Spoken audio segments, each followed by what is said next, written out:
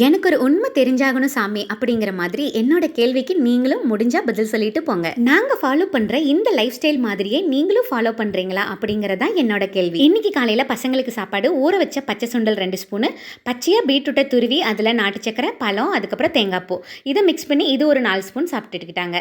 அதுக்கப்புறமா நேற்று பழைய சாப்பாடு இருந்து தண்ணி ஊற்றி வச்சிருந்தேன், அதை வந்து நல்லா கரைச்சி வயிறு நிறைய அதை மட்டும்தான் குடிச்சிக்கிட்டாங்க.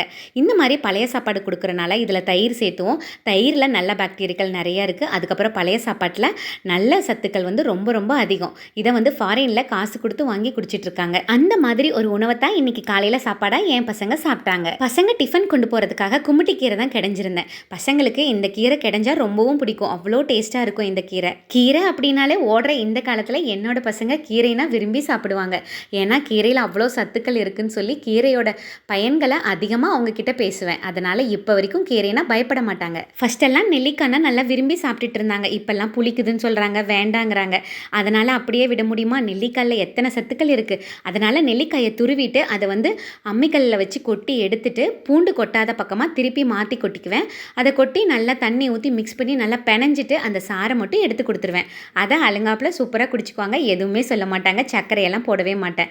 அதே மாதிரி தான் நகாப்பழமும். நகாப்பழம் நம்ம தோட்டத்தில் வந்திருக்கு. ஆனால் இப்போ வந்து குட்டீஸு நல்லா இது நாட்டு பழங்கிறனால புளிக்குது, சாப்பிட மாட்டேங்கிறாங்க. அதை அப்படியே விட முடியாது. இதில் வந்து கேன்சரை தடுக்கிற சக்தி கூட இதில் இருக்குது. ஸோ அதனால் அதை நல்லா கொட்டையெல்லாம் எடுத்துகிட்டு இந்த சதை மட்டும் நாட்டு சக்கரை கலந்து சாப்பிட்றதுக்கு கொடுத்துருவேன். அதையும் 2 பேரும் நல்லா விரும்பி சாப்பிட்டுக்கிறாங்க. இன்றைக்கி ஸ்கூல் விட்டு வந்த உடனே நெகாப்பழம், அதுக்கப்புறம் வேக வச்ச சுண்டல், அதுக்கப்புறம் நெல்லிக்காய் தண்ணி. இதுதான் அவங்களுக்கு ஸ்கூல் ஸ்நாக்ஸு. குட்டீஸ் வந்து நெல்லிக்காய் தண்ணியை புளிக்குதுன்னெல்லாம் சொல்ல மாட்டாங்க.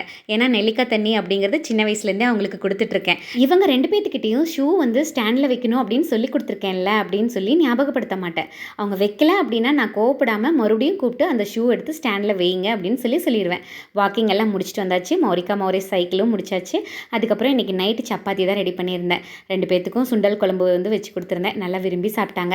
நைட்டு வந்து தூங்க போகிறதுக்கு முன்னாடி இந்த கஷாயம் குடிச்சிட்டு தான் படுத்து தூங்குவோம்.